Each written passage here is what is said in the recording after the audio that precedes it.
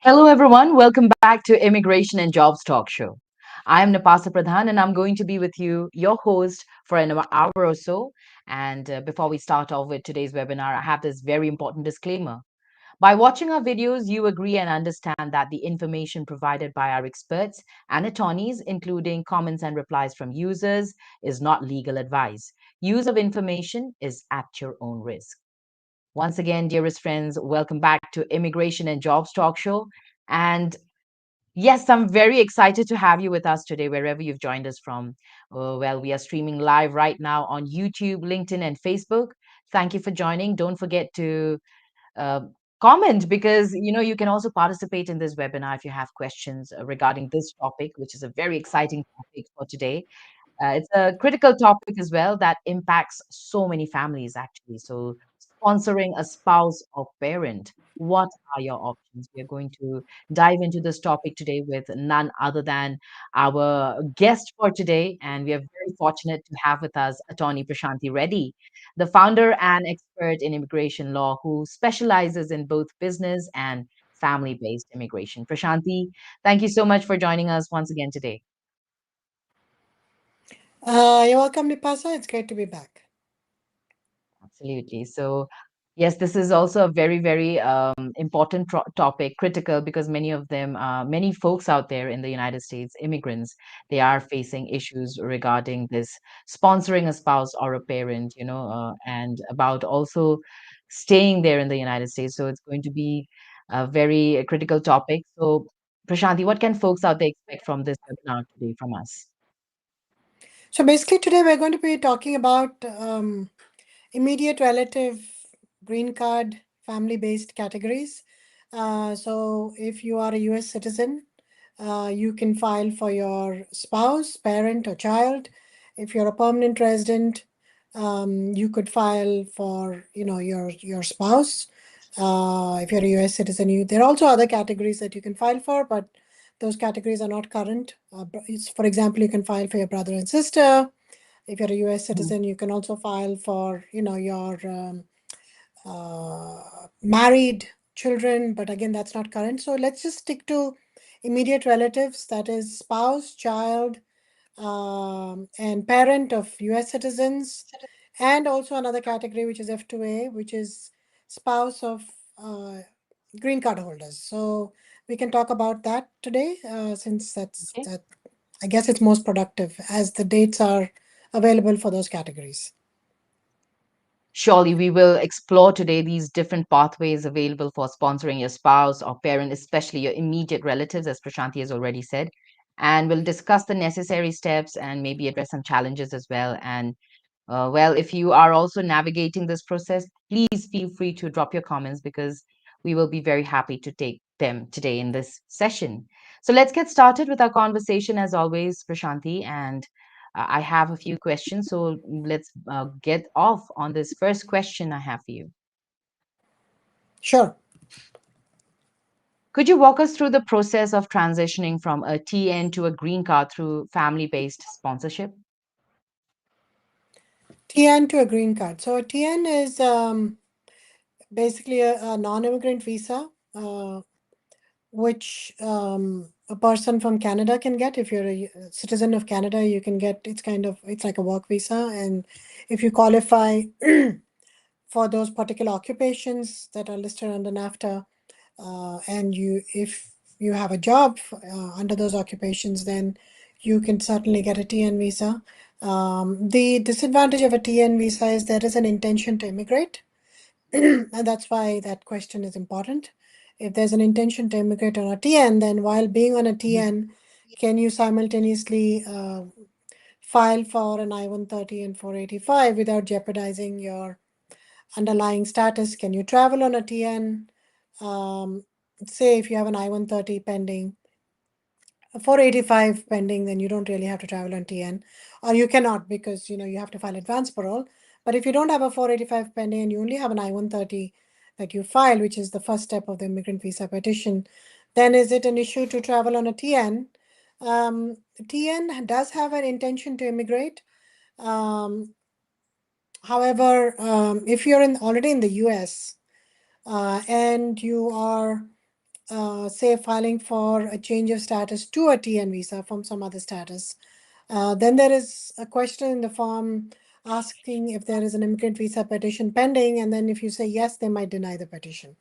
Same way, if you're Mhm. traveling, again, it's discretionary, but they may conclude that you don't have the intention to leave, or that you have the intention to immigrate, and they may deny the TN visa. But it is again on a case by case basis, because the intention to immigrate clause for the TN is not as strict as it is for, say, for the visitor's visa. Okay. So being on a TN, there are still possibilities that you can immigrate. Okay. Great. That must be good news. And do you have anything else to add more, like, I mean, for options for immigrating via TN visas? The same thing, again, we are discussing about family-based petitions, right? So if you're a Yes. US citizen, if your spouse is a US citizen, and or your parent is a US citizen, or you know, you have a child who's a US citizen, who's Mhm. over 21 years of age, they can help you immigrate to the US. Do you have anything to say about this recent, many Indian immigrants were sent off from Canada, and many of them are entering the United States and also the UK. Do you want to say anything about that as well? I don't know what you're alluding to, Nipasa. I haven't heard of anything of that nature where Canadians are being sent to the US. Can you be more No, specific? because yes, there have been some changes in immigration policy in Canada. So that is why Indian nationals I mean, Indian immigrants are facing this. So I thought you would know. No idea Anyway, about Canadian immigration. Sorry. okay, no worries. But thank you so much for taking that up and for giving us a detailed explanation, Prashanti.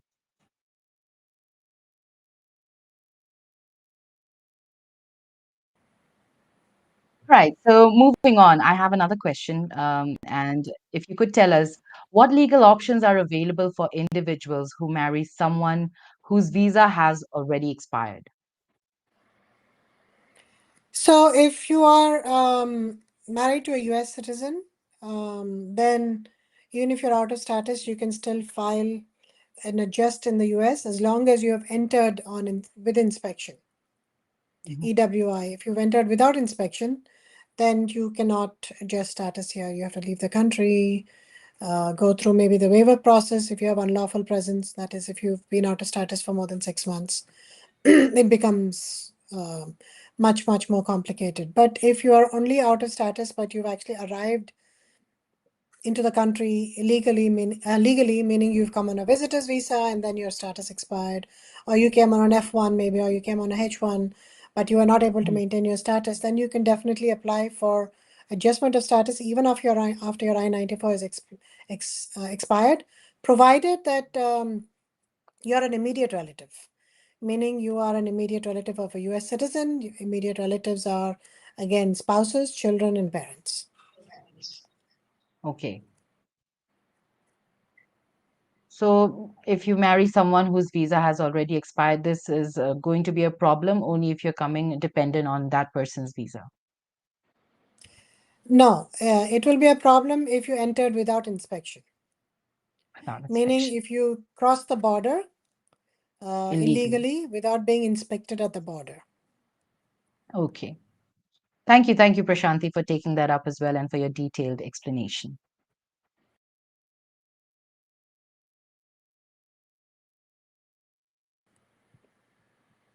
Moving on, Prashanti, now I have another question.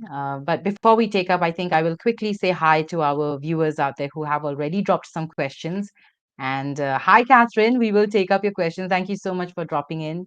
And yes, stay tuned with us. We are discussing about sponsoring a spouse or a parent today. And Lali, thank you so much for your questions. Stay with us. We will take them up for sure. So my next question for you, Prashanti, is what steps can an immigrant take if their U.S. citizen spouse is unwilling to assist their immigration process? Not much, because the petitioner has to file the petition, sign the I-130 While you're filing your adjustment application and you're signing that, the petitioner is signing the I-130 application and also will be has to fill out an affidavit of support for you, the I-864. So without the U.S. citizen spouse supporting you, you will not be able to file an immigrant petition unless you're able to prove that there is abuse in the relationship. Then you might be eligible for filing a VAWA petition, Violence Against Women's Act. This is applicable for both men and women. So if you are an abused spouse, you can file on that basis, even if your spouse is not willing to petition for you. Okay. Okay. So there's not much steps otherwise. That's it. Correct. Thank you so much, Prashanti, and thank you again for your detailed.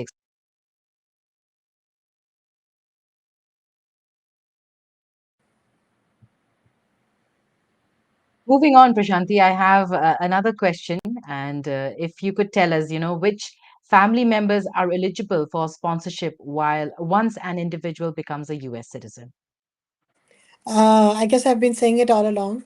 Yeah. Parents, uh, children who are under the age of 21, and this could include stepchildren as well, and adopted children as well, and parents. Um, and so for the US citizen to sponsor you, the US citizen has to be over 21 years of age. So they have to be an adult. So this is the relationship, and this is the age limits for some of the categories. Okay. Thank you, Prashanti. Thank you for taking that up as well.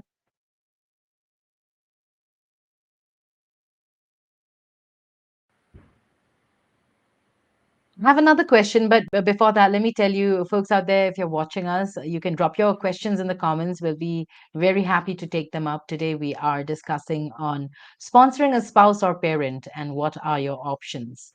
So far, so good. Prashanti, thank you so much for being so enthusiastic and explaining to us in details. I have this other question for you. Is it possible, to sponsor a new spouse after obtaining a green card from a previous marriage? And what conditions should one be aware of? So this is the question is, and for those of you who don't understand the context behind the question, let me explain that. If you are, um, if you became a U.S. citizen and you got your green card through your first spouse by filing a marriage-based petition, and then you got divorced and you got your green card, citizenship, etc., and Mhm. then you're filing now for for your second spouse, but you yourself got your green card through marriage, right? But now you're the Yes. petitioner and you're filing for your spouse. There is a question in the forms which asks how you got your green card and whether you got it through marriage. And if you Mhm. say yes, obviously the scrutiny is a little higher for all marriage-based cases, not for other immediate relative categories, but for marriage-based cases, because of Okay. fraudulent marriages, sham marriages, which have become common. Yes. USCIS has a different standard when they're approving these cases. You have to show um, that there is a presumption of fraud. So USCIS presumes that there is fraud, and you have to prove to them otherwise, that there is no fraud in the marriage. It's a bona fide marriage, and the marriage took place for the purposes of marriage and not for the purpose of obtaining a green card, right? Green. Um, Mhm. so when you obtain your marriage through green card, and then they might think that and then you got divorced and getting married again, then the presumption is even more that the marriage that you got your green card through was fraudulent. So they might ask questions around that marriage before they even though you're a U.S. citizen, before they allow you to apply for a green card for your spouse. Okay. They Yes. might question the they also might question the present marriage, whether it's Mhm. fraudulent or bona fide. So get ready for more scrutiny. Right, right. And I mean, I've seen in movies and all that where, both the partners are actually questioned. thoroughly. Where I mean, maybe even getting to know their personal interests and stuff like that. Does that happen? So, in a marriage interview, if they are suspicious that the marriage might be fraudulent, they separate the spouses and they ask them questions independently. Um, and then tally the questions. So yeah, they do separate both the spouses if there is some suspicion of fraud, and Mm, they conduct a more thorough interview. interesting. Thank you so much, Prashanti, for taking that up and for the deep.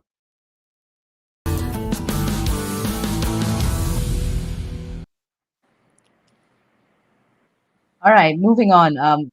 Tell us about what are the income requirements, for sponsoring a spouse or other family members for immigration.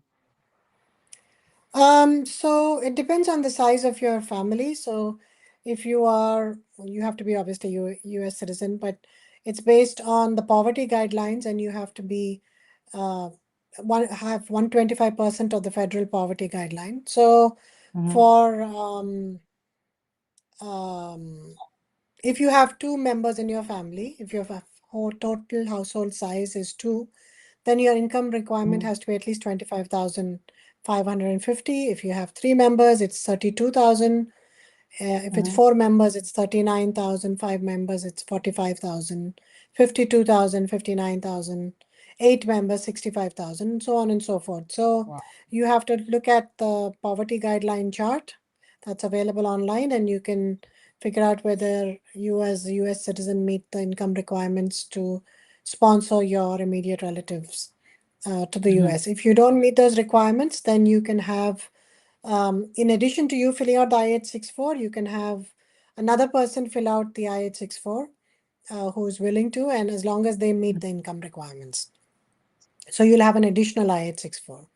Also, you can have your family member, say your US citizen spouse marrying a H-1B holder, and the H-1B spouse makes more money than you do and meets the income requirements. You can have the spouse fill out a I-864A, uh, which is, by a family member. So, and then in addition to the I-864, they can fill it out, and you can then overcome the issue with reference to a lower income that way and Yeah. still file your petition. Okay. Thank you so much for taking that up, Prashanti. Once again, can you please tell us where can they find the poverty? What did you say? The list of Poverty income guidelines. The poverty poverty guidelines, guidelines. just type, yeah, type it in Google, it'll come up. US poverty guidelines. There you go, folks. Thank you so much, Prashanti, for taking that up as well.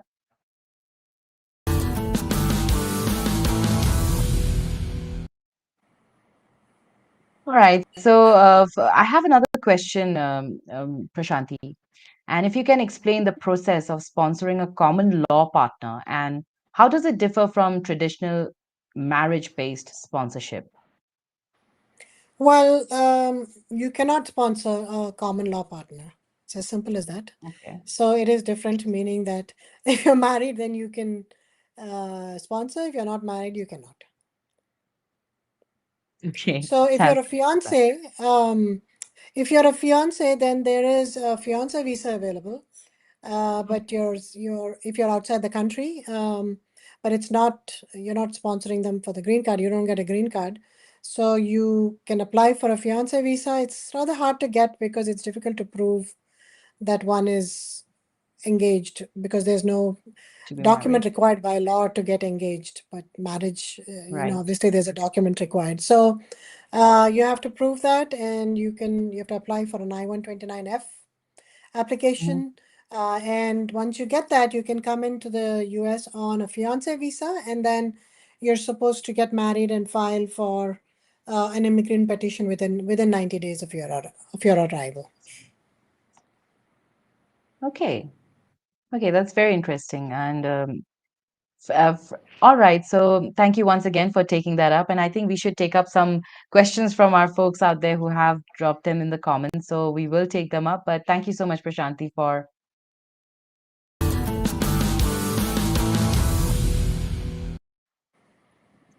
Let's take this one from Catherine on YouTube for now. Catherine says, my husband already has O1A visa stamp. I got an interview for O3 yesterday in my home country, Hanoi, and it was refused. The consular officer asked to have my name on the petition I-797. She gave me 10 days to edit the petition with my name on it. So question is that possible to have spouse name on I-797 or the form just have O1 name on it? So basically, if you've been approved for a O1 approval, the I-797 only has the spouse's name on it. And if you're applying for a dependent O2 visa, then basically you can apply for that outside the country without needing to file a petition, as long as both of you are outside the country. If you're in the country, then it's a different process, of course. Then you have to file for a dependent O1, O2 as well as O1. But if you're outside the country, then there's no need to file a separate dependent petition. You take your spouse's I-797 and then you show proof of marriage and you go for, apply for a visa interview that way. Okay. Thank you so much, Catherine, for your question, and I hope you are satisfied with the answer. Thank you so much, Prashanti, for the detailed explanation.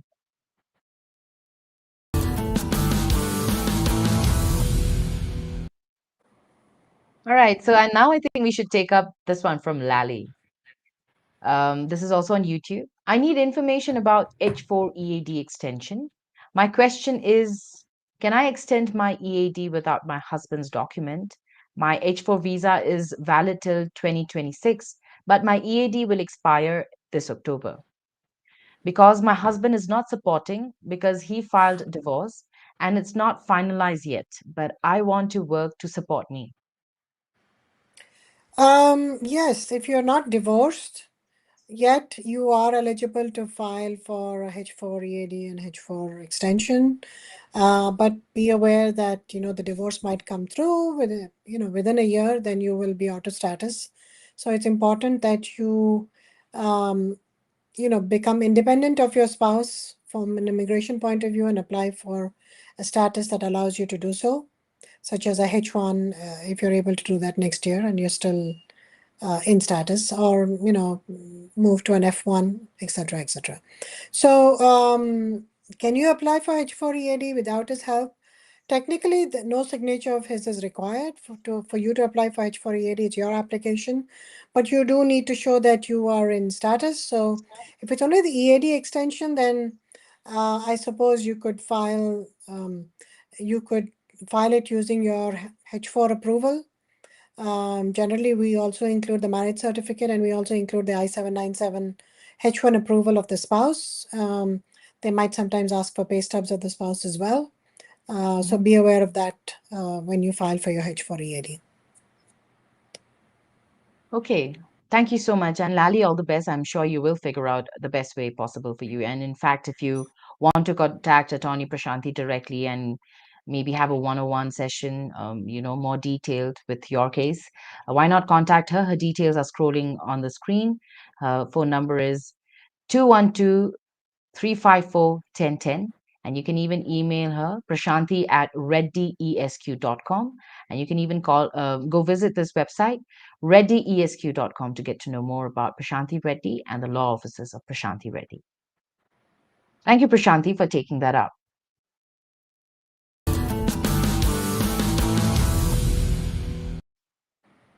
All right, let's take up another one now. This one is from Imran, also on YouTube.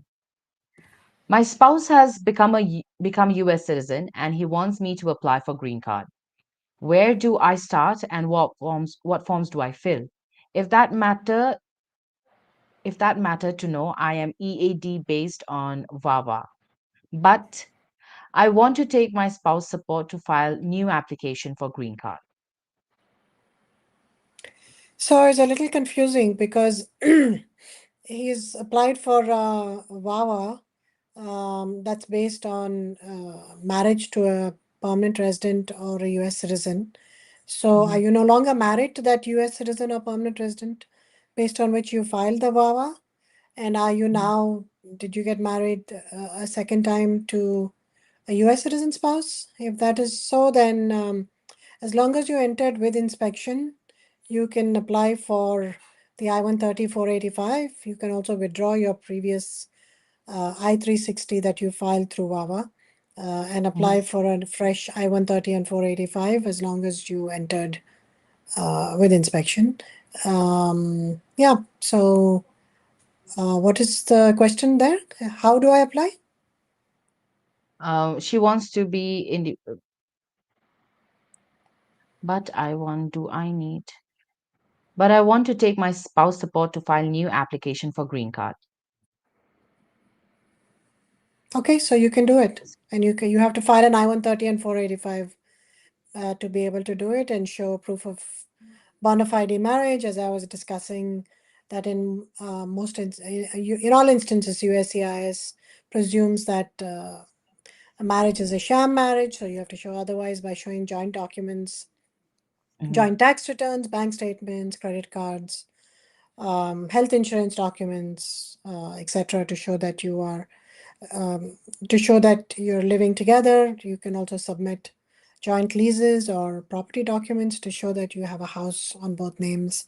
All these documents help Okay. to prove that you have a bona fide marriage. All right. All right. Thank you so much for taking that up for Imran Khan. Thank you so much, Imran, for your questions. And I hope you got your answer.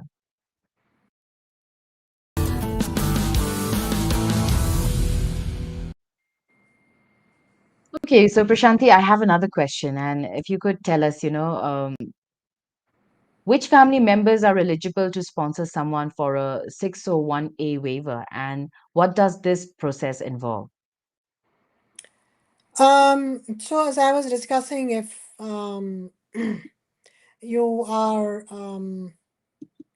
for some reason barred from the US, if you've Mhm. then you can still apply. It's not just being this is not just being out of status, but if you have been unlawfully um, present in the sense that you have been in the country out of status and you have left and then come back, that triggers unlawful presence, and then it's a problem to file. Or if you have misrepresented something with while filing for your immigration, or if you've committed a felony, then you Mhm. cannot file for a green card even though you have a US citizen spouse or other immediate relative.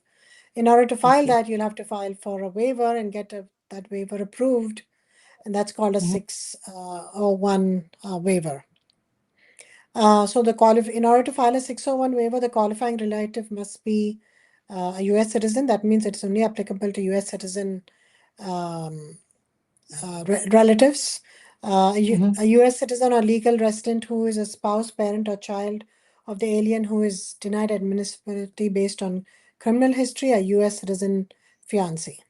So the qualifying relative can be a fiance, a legal resident who is a spouse, parent, or child of the alien who is denied admissibility, or a US citizen or legal resident, spouse, parent if the immigrant is denied for unlawful present or misrepresentation. So it depends on each category. So each category is different, um, and the requirements are different. So you have to show that there is hardship faced by the U.S. citizen if you have to leave, and that's the basis Okay. for the waiver hardship to the U.S. So one citizen. year. Mhm. So a relative has to leave the U.S.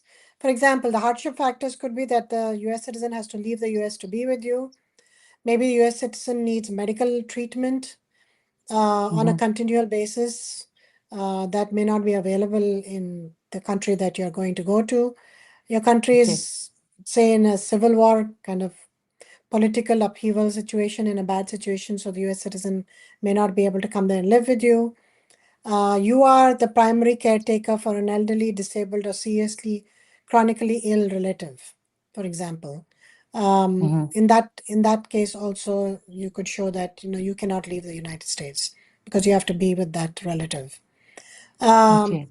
Education would be significantly interrupted or terminated for the US citizen. You would lose or be denied significant employment opportunities. or you have a minor child and you're the primary caregiver, and from a prior relationship maybe, and that there's no one to look after the child if you leave. Mhm. So Okay. those are some of the hardship factors that they look Hardships. at when you're filing for the waiver. So there again, I mean, this can be an entire topic because if it's a very large topic, but there in some instances you may be ineligible for getting the 601 waiver. And Okay. there, if you are filed, for example, a frivolous asylum claim, then even if you qualify for a waiver, they may not give it to you.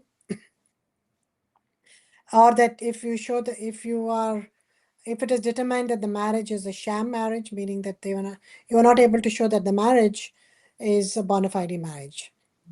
If Hmm. you didn't attend a removal hearing, for example, you're in removal proceedings and you didn't attend the hearing, if you have a drug conviction, that is, if you've been convicted for drug possession or sale, that is, if you have a felony charge, and the felony charge is for drugs. If you are a member of a gang, um, then you can be denied the waiver. If you've made a false claim to the US government that you're a US citizen, Hmm. unless you can show that it was not intentionally made, and there's some reasonable basis to have made it because you thought you were a US citizen, then that could also be, you could be ineligible for a waiver. Okay. Or if you were unlawful for more than 1 year and you departed and then re-entered without inspection, then that you could be ineligible for a waiver. So these are the reasons why you may not get that I-601 waiver. Okay. Very interesting, Prashanti. I'm sure we will have maybe a detailed webinar on this sometime in the future for sure. Yeah, if it's fine. But thank you so much for taking that up. And I think it is definitely time to go for a short break. But folks out there, you can also contact Attorney Prashanti Reddy directly. Her details are on the screen. You can call her on this number, 212-354-1010, in order to have a consultation with her. And you can even email her, prashanti at readyesq.com. Please check the spellings on the screen. Prashanti at readyesq.com is her email ID. And you can also go visit readyesq.com to get to know more about Prashanti Reddy and the law offices of Prashanti Reddy. And don't go anywhere, folks. We'll just go for a short break and be right back. And we'll discuss more about sponsoring a spouse or a parent and what options do you have. Don't go anywhere. Are you an IT consultant seeking a new opportunity? We offer job placement services for US citizens, green cards, EADs, and visa holders. We also sponsor various work visas like H-1B, E3, TN, and green cards. 20 plus years of experience in the industry. Exceptional employee benefits. Highly rated by our employees. Global presence with 200 plus recruiters and direct clients. Connect with us. Call us on the number 833-412-8472 or mail us at support@higheritpeople.com or visit our website www.higheritpeople.com.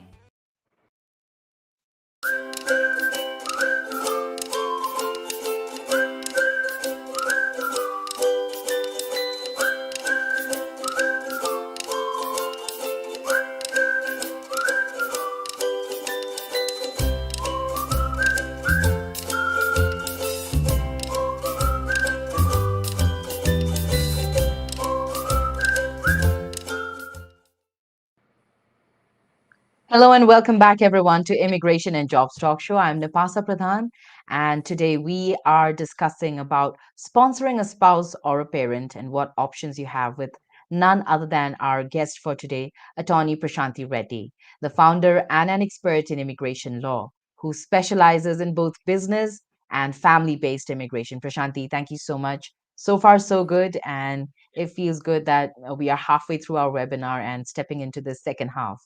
Well, today We are exploring this topic, and friends, you can keep commenting whatever questions you have, and we are very happy to take them up. So, different pathways available, for sponsoring your spouse or parent, and we are discussing the necessary steps and maybe some challenges that we need to navigate as well. So, thank you once again, and Prashanti, I hope you're also having a good time today.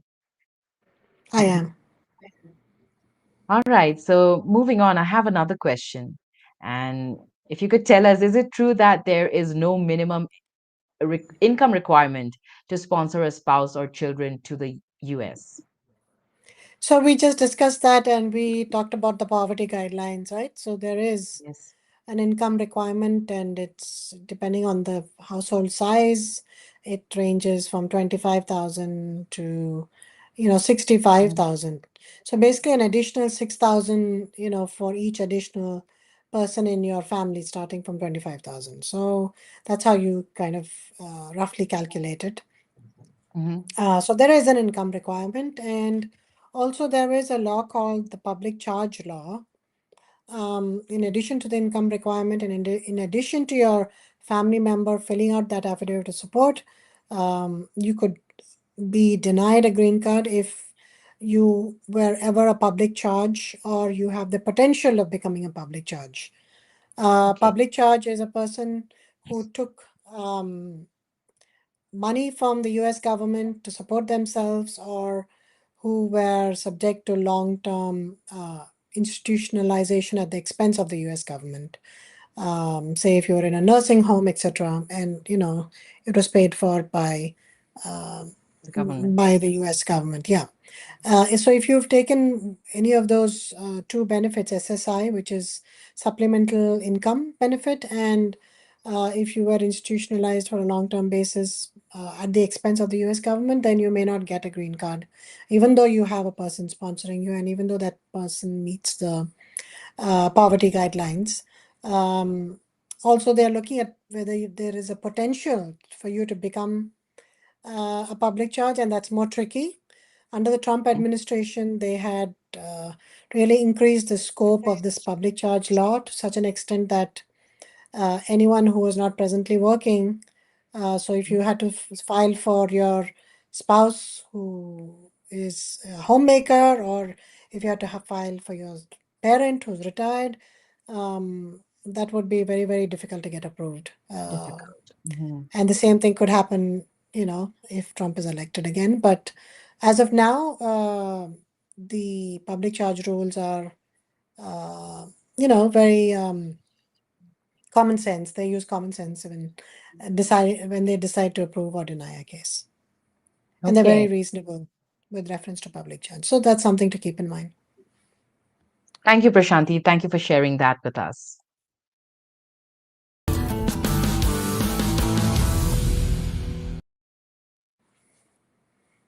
So, my next question to you, Prashanti, for US citizens looking to sponsor family members overseas, what are the different options available and how does the Form I-130 play a role in this process? So if the person is outside the country, then you have to file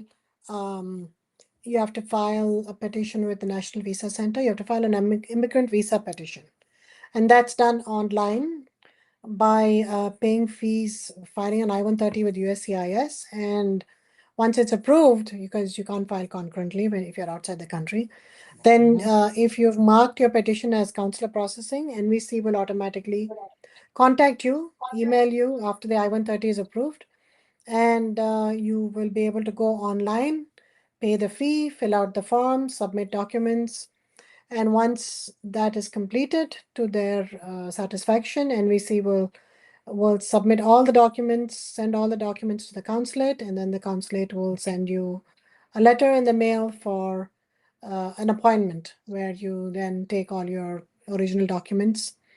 And if your petitioning relative, whoever that is, should also attend the interview with you.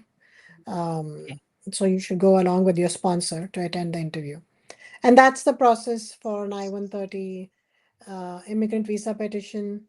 When you're outside the country, after the interview, you'll be given an immigrant visa package, which is sealed, and when you come at the port of entry, wherever you're entering at JFK or Newark or wherever it is, Hmm. you will be then processed for a green card at the port of entry.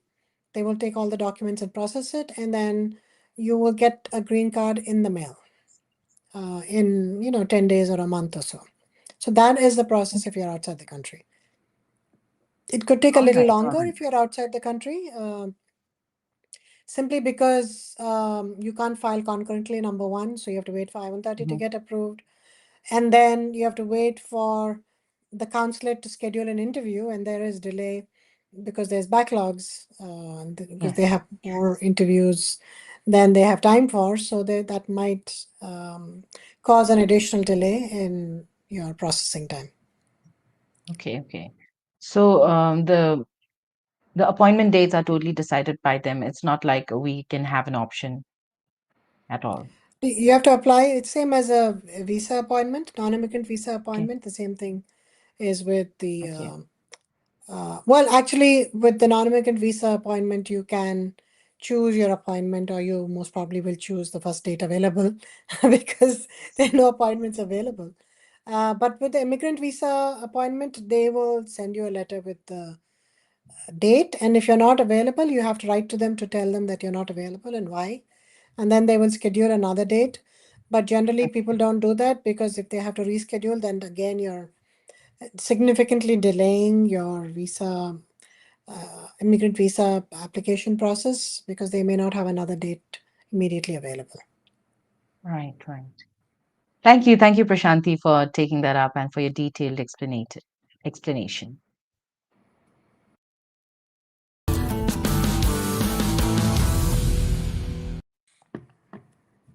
All right, moving on, I have another question, and if you could tell us, you know, is it advisable to become a US citizen before sponsoring a spouse, and what are the potential benefits or drawbacks?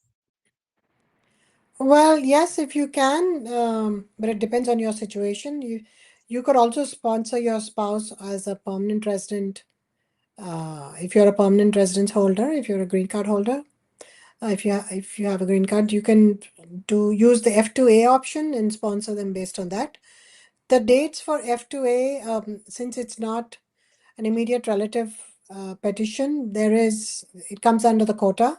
So you have to look at the visa bulletin to see what the dates are for your F2A petition. So it's definitely better to be, um, U.S. citizen, because then you don't have to worry about the visa bulletin at all. But if it's going to take you another 5 years to become a U.S. citizen, obviously it makes more sense to file an F2A application. Okay. F2A applications are not too bad. Um, they're in 2021, so it's a wait of 2 or 3 years, and that's for the final action. If you're already in the country, if your spouse is in the country, then and if you're able to use the dates for filing chart, then you can at least file the 485 and get all the benefits of travel and work. Um, and that's June 2024, so it's almost current. Yes. If they allow you to use the dates for filing table, which even this month they're allowing to use the dates for filing table. So for family based, it's much better, and they do allow dates Okay. for filing table more so than for employment based. Okay. All right. Thank you. Thank you so much, Prashanti, for taking that up as well and for your detailed explanation.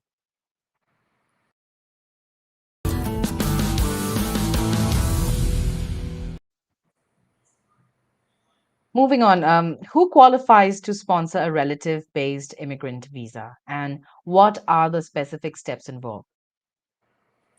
So, this maybe we So can discuss who are not immediate relatives also, like, right, right. So in order to file for family-based preference category, those which we already discussed, immediate relative petitions who qualify, and the ones yes. that require a visa are not immediate relatives, and they are unmarried sons and daughters of US citizens, spouses and children, and unmarried sons and daughters of permanent residents, spouses and children of permanent residents, unmarried sons and daughters 21 years and older of permanent residents, married sons and daughters of US citizens, and the last category is brother and sisters of US citizens. So these categories, based on the order that I just said, the backlog is, more and more. So when it comes to F4, which is brothers and sisters, the backlog is really, right now they're working on 2006 cases if you're an Indian national, 2007 cases if you are all other countries. So you can see 20 plus years. And there's no guarantee that it will move every month. So, brothers and sisters, it takes forever. So it's as good as not having that category. Not Uh, having, yes. yeah, unless you're willing to wait Look for for a 20 to better 30 option years. instead, yeah. Right. So those are the different categories. And in order to file, you have to file the I-130 petition. Then your priority date is the date that the I-130 petition was filed. And then you wait until your visa number becomes available. If it's already available when you're filing the I-130, you can file concurrently I-130 and 485. If it's not, then wait for the I-130 to get approved, then wait for your priority date to become available. Once it becomes available, either based on final action dates, uh, if you're in or outside the country, or based on dates for filing if you're in the country, you file the 485 adjustment of status application, along with proof that affidavit of support to show that your spouses or family members is able to support you. You provide their tax documents. You provide proof of relationship. You provide your status in the U.S. if you're presently in the U.S. because you need to show that you're in status, and your passport copy and your birth certificate, etc. Okay. There you go. I hope you have noted it down, friends, the specific steps involved. And this was regarding sponsoring a relative based immigrant visa. Thank you so much, Prashanthi, for taking that up and for the detailed.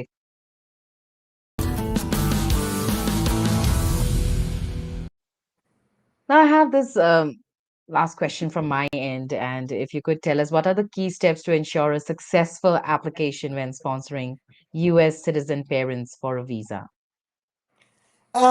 Whether it be, we'll talk about parents first, but Sure. this question could really pertain to any green card petition that you're filing for family based.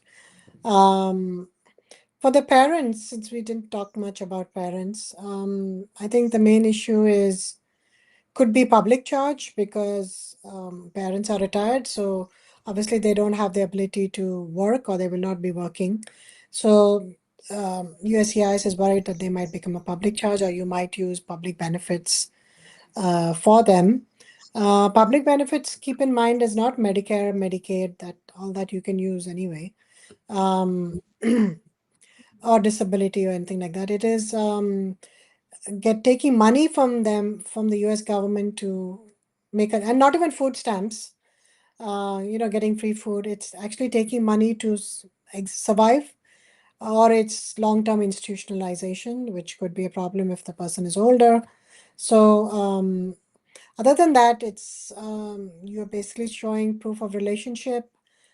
This sometimes can be tricky. um, you need a birth certificate. Sometimes the names of both parents may not be on the birth certificate, depending on which country you come from. And then for the mother, it's easy because it's the mother's name is always there on the birth certificate. But for the father, sometimes you might have to do a paternity test to show that the relationship exists. Um, so Okay. those are some of the complications that can occur. Or maybe you don't have a birth certificate and you only have you're only submitting secondary evidence, such as affidavits from people who know you and know who your parents are. And sometimes then you'll have to submit a non-availability certificate that to show that the birth was never recorded. In that instance, USCIS might sometimes come back and ask for a paternity test to show that, proof that the father is the father, biological father. Also, with reference to adopted children, there might be a set of documentations.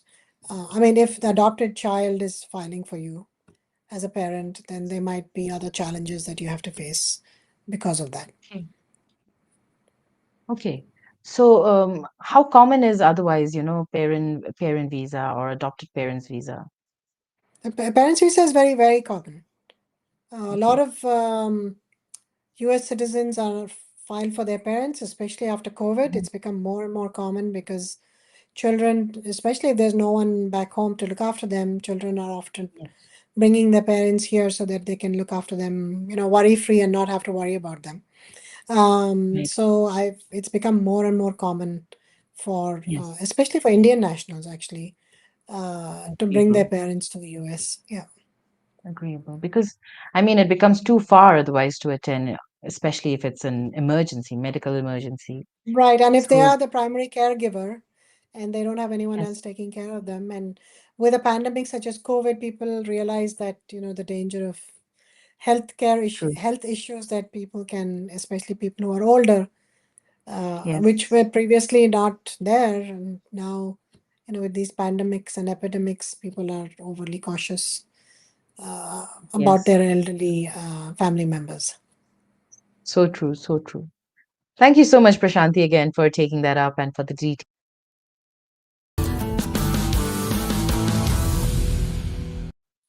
All right. I think now we should move on to the rest of the questions from our audience. Thank you so much for being so patient and for joining us and for staying with us. So I'll take this one up. This is on YouTube from Kunal. I'm a permanent resident sponsoring my spouse for a green card, but I have a prior conviction for a DUI offense. I've since completed my sentence, attended rehab, and obtained a letter of recommendation from my probation officer. How am I worried? However, I'm worried that my criminal history might impact my spouse's eligibility for a green card or lead to an additional scrutiny during the application process. What are the potential implications of my conviction, and how can I mitigate any negative effects on our application? Shanti. So,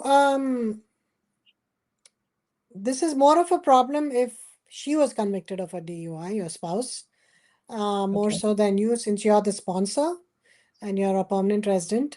Um, this could affect if you're filing for your citizenship because you're the applicant then.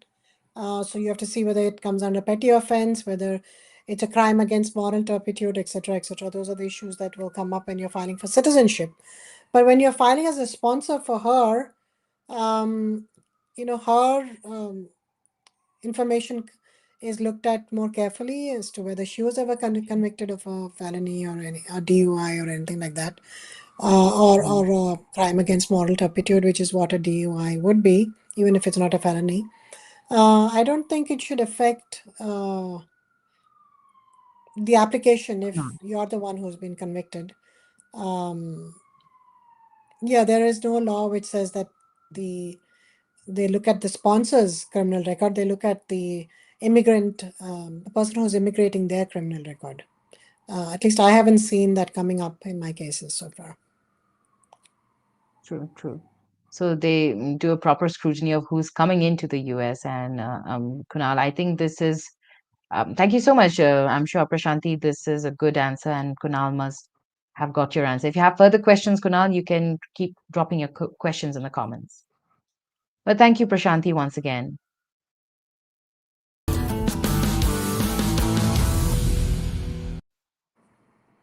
Now I got this next question. This is also on YouTube from Ishita Vora. I am a US citizen sponsoring my elderly parents for green cards, but they've been living with me in the US on visitor visa for the past few years.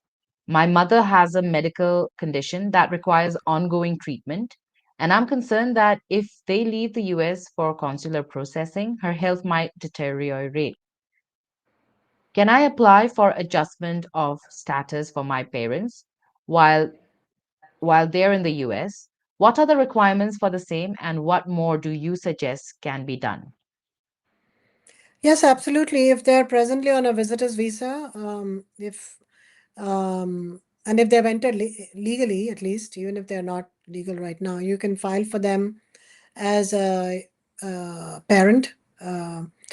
And the only thing to keep in mind is how long they've been in the US. If they've entered on a B2 visa, was there an intention to immigrate at the time of entering on a B2 visa? Then there'll be a wrongful entry. So you have to make sure you give it sufficient time to show that at that time they did not have the intention to immigrate, like you're saying.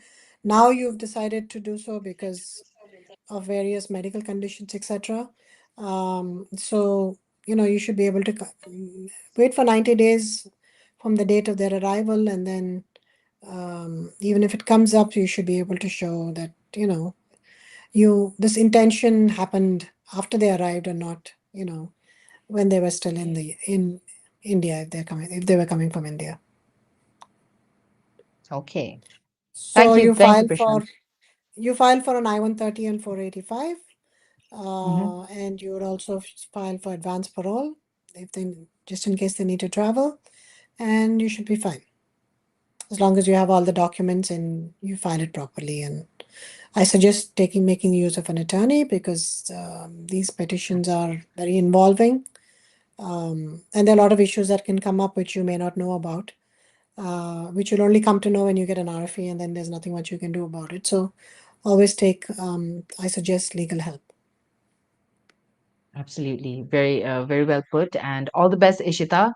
I hope you figure out, but definitely get legal help, consult an attorney, and why not talk to attorney Prashanti also. Contact her. Her details are here on the screen. And you can call her on this number, 212-354-1010. You can even email Prashanti at readyesq.com, and go visit the website readyesq.com to get to know more about Prashanti Reddy. Prashanti, thank you so much for taking that question up. And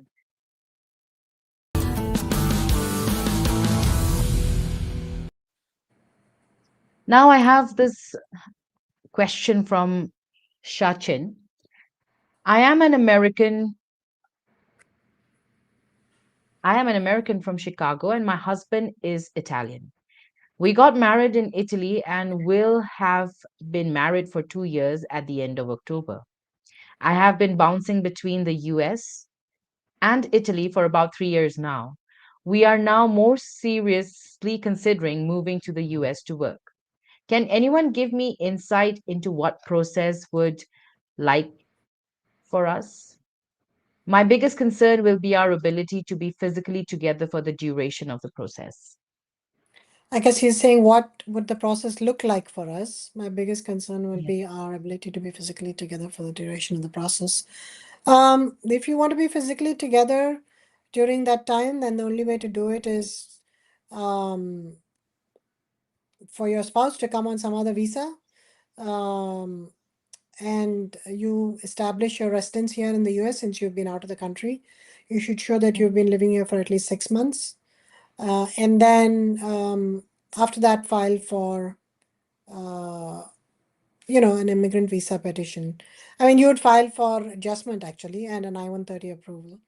I-130 and 485 together if they're in the country. So come here, um, get another status for your spouse, or you come here, establish residency for 6 months. But I was not saying that because you said you wanted to be together the entire period of time, and that might be difficult in some situations. But if you Mhm. do, then your spouse has to find an independent way of being here because you do need to establish residency by living in the US before you file.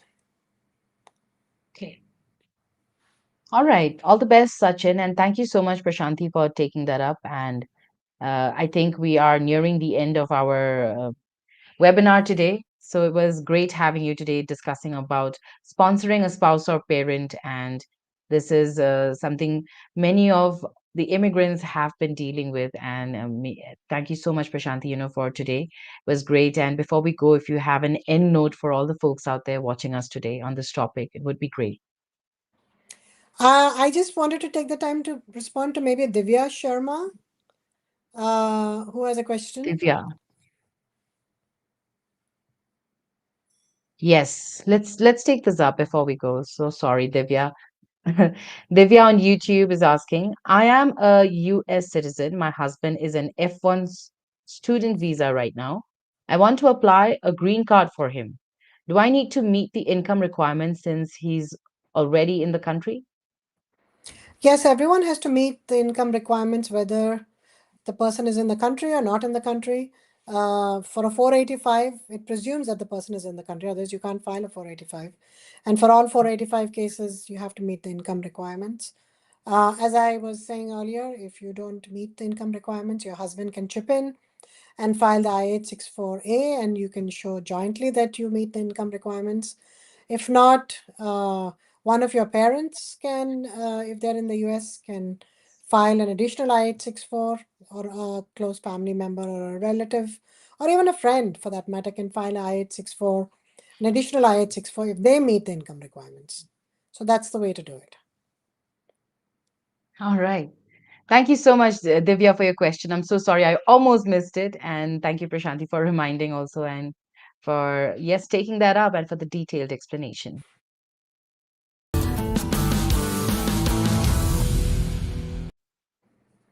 And with that, we've covered all the questions from our audience who dropped their questions. Thank you for your questions, everyone. And Prashanti, do you have an end note now before we could wrap up our show for today? Um, I guess the end note would be that since we're talking about family-based immigration, and we are talking about how a lot of Indian nationals are filing now green cards for their parents, and they may not be aware of how to do it, or the fact that they can, in some circumstances, come on a visitor's visa and then file for an immigrant visa petition, file for a adjustment of status in I-130. Uh, Before presuming things, it's best to consult with an attorney, just take a consultation and see what the various options are for bringing your spouse or US citizen or parent, or child to the US. Um, Everything is not straightforward. Make sure you consult with an immigration attorney before you choose which path you want to take, whether it's consular processing or adjustment of status in the US. All right. Thank you so much, Prashanti, for taking that up and for joining us today on this webinar. It was really wonderful having you discuss this topic with us today, sponsoring a spouse or parent. And folks out there, you can definitely contact Attorney Prashanti Reddy to have a one-on-one consultation and to discuss about yourself and your case. Her number is 212-354-1010. You can note it down. You can even email Prashanti. Her email address is prashanti@reddyesq.com. And you can also go visit her website, www.readyesq.com, to get to know more about her. Thank you so much, Prashanti, once again for joining us. You have a wonderful day ahead. Thanks, Nipasa. Looking forward to seeing you next week. Me too. Thank you once again. All right, friends, thank you, you too, for joining us. It was lovely having your questions and also answering them. It was lovely having Attorney Prashanti with us. And friends, you could also contact me. My number is here on the screen in case you have any questions regarding immigration or are also looking for sponsorship, H-1B or H-4, TN visas, anything.